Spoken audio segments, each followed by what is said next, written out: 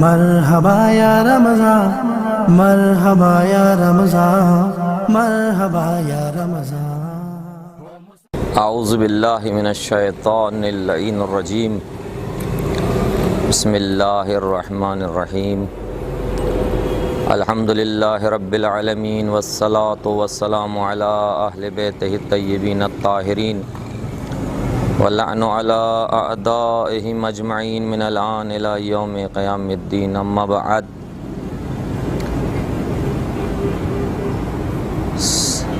آج وعدے کے مطابق حیدرآباد لائف عزاداری سے فقہی مسائل کے عنوان سے یہ پروگرام نشر کیا جا رہا ہے، اور اس کے اندر آپ نے جو سوالات ہم سے کیے ہیں ہم ان کے جوابات بھی آپ کے سامنے دیں گے، اور روزے سے متعلق، نماز سے متعلق جو باتیں ہیں وہ بھی ہم آپ کو اس پروگرام میں ہم بیان کریں گے۔ سب سے پہلے تو میں آپ کے سامنے عرض کروں کہ روزہ نام ہے پروردگار عالم کی رضا کے خاطر اذان فجر سے لے کر مغرب تک اپنے اوپر 9 چیزوں کو حرام قرار دینے کا، یعنی 9 چیزیں ایسی ہیں جن سے ہمیں اللہ کی رضا کے خاطر پرہیز کرنا ہے، جو انشاءاللہ تعالی ہم وہ تمام کی تمام چیزیں آپ کو بیان کریں گے۔ ہمارا ہدف اس رمضان المبارک کے اندر یہ ہے کہ ہم پروردگار عالم کی رضا کو حاصل کریں اور اس سے نزدیکی اور قرب کو حاصل کریں۔ اللہ کی نزدیکی اور قرب اس کی اطاعت میں ہے، جتنی ہم اطاعت کریں گے اللہ سے نزدیکی حاصل کریں گے، اللہ کی رضا اور خوشنودی ہم حاصل کر سکیں گے۔ سب سے پہلا مسئلہ مسائل میں اس ایام کے وہ یہ ہے کہ جو ایام روزہ شروع ہوئے ہیں رمضان المبارک، یہ ہر مرد اور عورت کے اوپر واجب ہے۔ لڑکا جو 15 سال قمری کا ہو جائے اس پہ روزہ واجب ہو جاتا ہے، اور لڑکی 9 سال قمری کی ہو اس پہ روزہ واجب ہو جاتا ہے۔ روزہ واجب ہونے کا مقصد یہ ہے کہ تکالیف شرعیہ اس کی گردن پر آ گئیں، اب اس نے ان تکالیف کو انجام دینا ہے جو پروردگار عالم نے اس کے لیے معین کی ہیں، جیسے نماز پڑھنا ہے، روزہ رکھنا ہے، حج ہے، اور دوسری جتنی بھی عبادات ہیں جو واجب عبادتیں ہیں وہ سب اس نے انجام دینی ہے۔ پروردگار عالم وہ یہ چاہتا ہے کہ میری اطاعت کے ذریعے سے تم میری رضا و خوشنودی کو حاصل کرو۔ روزے کے اندر سب سے پہلا مسئلہ تو یہ ہے کہ آپ نے نیت کرنی ہے۔ نیت یعنی ارادہ، نیت یعنی قصد کرنا ہے آپ نے کہ میں ماہ مبارک رمضان کا روزہ رکھتا ہوں یا رکھتی ہوں واجب قربتاً اللہ۔ اب اس کی 2 صورتیں بن سکتی ہیں۔ پہلی صورت تو یہ کہ آپ ہر روز روزے کی نیت کریں کہ میں ماہ مبارک رمضان کا پہلا روزہ رکھتا ہوں یا رکھتی ہوں، پھر دوسرے ماہ رمضان کو میں ماہ مبارک رمضان کا دوسرا یا روزہ رکھتا ہوں یا رکھتی ہوں۔ اس طریقے سے بھی ہر روز آپ نیت کر سکتے ہیں۔ اس کی ایک صورت یہ بھی بن سکتی ہے کہ آپ پہلے ہی شب میں آپ یہ نیت کر لیں کہ میں ماہ مبارک رمضان کے تمام روزے رکھتا ہوں یا رکھتی ہوں واجب قربتاً اللہ، اور وہ 9 چیزیں جو بیان کی جائیں گی ان سے پرہیز کرنا ہے۔ مثلا مثال دے دیتا ہوں، جیسے کھانا پینا ہے، جماع ہے، غلیظ غبار یا دھوئیں کو حلق میں لے جانا ہے، عمدن قے کرنا ہے، اور بھی مختلف چیزیں ہیں جن کے ذریعے سے روزہ باطل ہو جاتا ہے، اور ہمیں ان تمام چیزوں سے پرہیز کرنا ہے، ہم کو انجام نہیں دینا۔ یہ نیت کا مسئلہ ہو گیا۔ اب اس میں ہم نے آپ کے سامنے سوالات کا سلسلہ رکھا تھا کہ جو حضرات سوالات کرنا چاہیں وہ سوالات کریں، ہم ان کے جوابات دیں گے۔ یہ کچھ حضرات نے اپنے اپنے سوالات بھیجے ہیں، ہم سوالات اور ان کے جوابات آپ کے سامنے بیان کر رہے ہیں۔ روزے سے متعلق جو پہلا سوال آیا ہے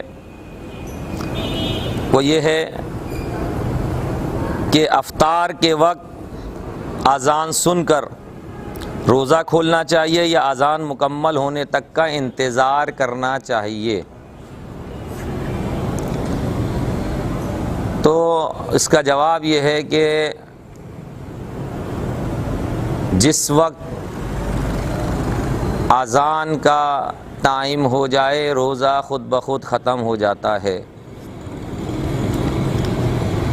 مگر روایات میں آیا ہے کہ بہتر یہ ہے کہ نماز پڑھ کے روزہ کو تمام کیا جائے، اس سے بہتر یہ ہے کہ دعائیں پڑھ کے روزے کو تمام کیا۔ یہ ہر ایک کی اپنی اپنی ظرف کی بات ہے کہ وہ کتنی عبادت سے لو لگاتا ہے اور کتنی دیر تک وہ انجام دیتا ہے، مگر روزہ آپ کا ٹائم وہیں جس وقت اذان کا وقت ہوگا آپ کا روزہ آٹومیٹکلی خود ہی ختم ہو جائے گا۔ تو آپ انتظار کریں تو زیادہ بہتر ہے، افضلیت ہے کہ اذان مکمل ہونے کے بعد روزہ افطار کیا جائے۔ اس سے بہتر یہ ہے کہ نماز مغربین پڑھ کے افطار کیا جائے، اس سے بہتر یہ ہے کہ نماز عشاء کو بھی پڑھ کے افطار کیا جائے، اس سے بہتر یہ ہے کہ معصور دعائیں جو رمضان المبارک کی ہیں ان کو پڑھ کے افطار کیا جائے۔ یہ تو ایک مسئلہ ہو گیا۔ دوسرا مسئلہ جو سوال کی صورت میں آیا ہے وہ یہ ہے کہ آیا قے کرنے سے روزہ باطل ہو جاتا ہے یا باطل نہیں ہوتا؟ تو جناب آمدن اگر قے کی جائے گی تو روزہ باطل ہو جائے گا، اور اگر سے خود ہی قے ہو جائے اور ذرات آپ کے منہ میں نہ بچیں تو روزہ باطل نہیں ہے، صرف آمدن قے کرنے پہ روزہ باطل ہو جائے گا۔ تیسرا سوال کہ سفر میں روزہ رکھا جا سکتا ہے یا سفر میں روزہ نہیں رکھا جائے گا؟ اب اس کی بھی کئی شکلیں بن سکتی ہیں، مگر ایک جامد ایک خلاصہ جواب آپ کے سامنے عرض کر دوں کہ جہاں جہاں 4 رکعتی نماز 2 رکعتی نماز میں ہو رہی ہے وہاں روزہ آپ کا قصر ہو جائے گا، روزہ ختم ہو جائے گا آپ کا، آپ روزہ وہاں نہیں رکھیں گے۔ یا حد ترخص سے آپ اپنے نکل جائیں تب بھی آپ روزہ آپ کے اوپر نہیں ہے، آپ روزہ جو ہے ماہ مبارک رمضان کے بعد قضاء کی صورت میں رکھیں گے۔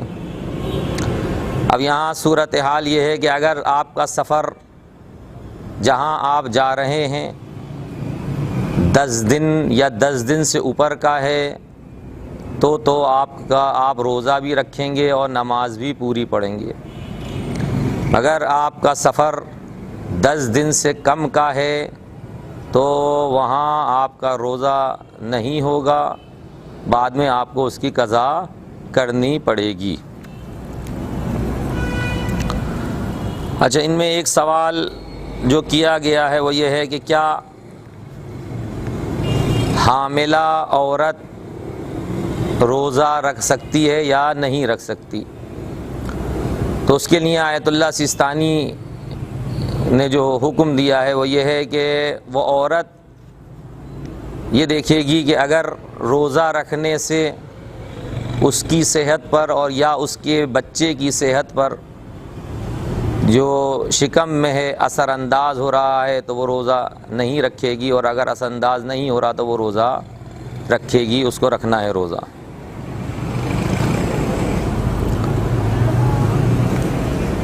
اس کے بعد جو سوال آیا ہے وہ سوال یہ ہے کہ کسی صاحب نے سوال کیا ہے کہ ہم اپنے گھر سے نیت کر کے نکلتے ہیں کہ ہم مسجد جا رہے ہیں نماز پڑھنے کے لیے، اور راستے کے اندر کیچڑ کی وجہ سے یا پانی کی وجہ سے کپڑوں پہ اگر چھینٹے آ جائیں تو اب نماز کا کیا حکم ہے؟ آیا نماز ان کپڑوں میں ہوگی یا نماز نہیں ہوگی؟ تو اس کے لیے حکم یہ ہے کہ جس جگہ کے اوپر نجاست کی چھینٹیں آئی ہیں ہم اس جگہ کو پاک کریں گے، اور پاک کرنے کے بعد ہم نماز بھی پڑھ سکتے ہیں اور دوسرے کام بھی انجام دے سکتے ہیں، مگر شرط یہ ہے کہ جس جگہ پہ چھینٹیں آئی ہیں وہاں سے آپ پہلے نجاست کو برطرف کر لیں۔ اگر برطرف نہیں ہوگی تو چونکہ نجس لباس میں نماز نہیں ہو سکتی، اس وجہ سے آپ نماز نہیں پڑھ سکیں گے۔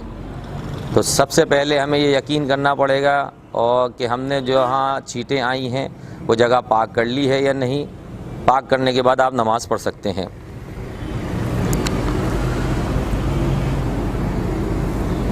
ایک سوال اس میں سے یہ بھی ہے کہ غسل کرنے کے بعد وضو کی ضرورت ہے یا نہیں ہے۔ اب جو سوال کیا گیا انہوں نے غسل کو معین نہیں کیا کہ غسل کون سے ہیں، اقسام غسل ہیں، کچھ واجب غسل ہیں، کچھ مستحب غسل ہیں، کس غسل کی آپ بات کر رہے ہیں جس میں؟ تو اس کا بھی جواب یہ ہے کہ غسل جنابت کے بعد وضو کی ضرورت نہیں ہے۔ اگر آپ کے غسل جنابت ہو گیا ہے آپ غسل کر کے نماز اسی غسل میں پڑھ سکتے ہیں، آغا سستانی کے فتوے کے مطابق کوئی حرج نہیں ہے، اسی غسل میں ہو جائے گی۔ اب یہاں پہ چونکہ غسل کی بات آئی ہے تو بیچ میں ایک مسئلہ وہ یہ کہ اگر کسی کو کوئی شخص مجنب ہو جائے رات کو اور اس نے اذان فجر تک غسل نہیں کیا تو آیا روزہ صحیح ہے یا نہیں ہے؟ تو کہتے ہیں کہ اگر آمدن غسل نہیں کیا اذان فجر تک اور اسی طریقے سے وقت کو گزار دیا تو روزہ اس کا صحیح نہیں ہے۔ اب اس میں بھی شکل یہ ہے کہ اگر آپ کی آنکھ لگ گئی اور اذان فجر کے بعد آنکھ کھلی تو حکم یہ ہے کہ فوراً آپ غسل کر لیجئے، روزہ آپ کا صحیح ہو جائے گا، مگر شرعی آمدن آپ نے طول نہ دیا ہو۔ مگر بہتر یہ ہے کہ مجنب شخص اذان فجر سے پہلے غسل کو انجام دے تاکہ اس کا روزہ صحیح ہو جائے۔ ہمیں ان تمام چیزوں کے اندر احتیاط کرنی چاہیے تاکہ ہم جس کی بارگاہ میں جا رہے ہیں اس کی بارگاہ میں وہ بارگاہ دیکھیں کتنی عظیم و مقدس بارگاہ ہے، جس نے ہمارے لیے اتنی نعمتوں کو فراہم کیا ہے۔ ہم اس کی بارگاہ میں جا رہے ہیں، اس کی بارگاہ میں اسی طریقے سے جائیں جس طریقے کار کو اس نے بیان کیا ہے۔ نماز پڑھنے جا رہے ہیں تو نماز کی تمام شرائط کو پورا کرتے ہوئے ہم اس کی بارگاہ میں جائیں۔ ہمارا لباس خراب نجس نہیں ہونا چاہیے، ہم وضو کی حالت میں ہوں، جہاں نماز پڑھ رہے ہیں وہاں وہ غضبی نہیں ہونی چاہیے، جس فرش پہ بیٹھے ہوئے ہیں وہ فرش کسی اس کا چھینا ہوا نہیں ہونا چاہیے، اور بھی بہت سی چیزیں ہیں جن کی احتیاط ہمیں اللہ سے نزدیک کرتی ہے۔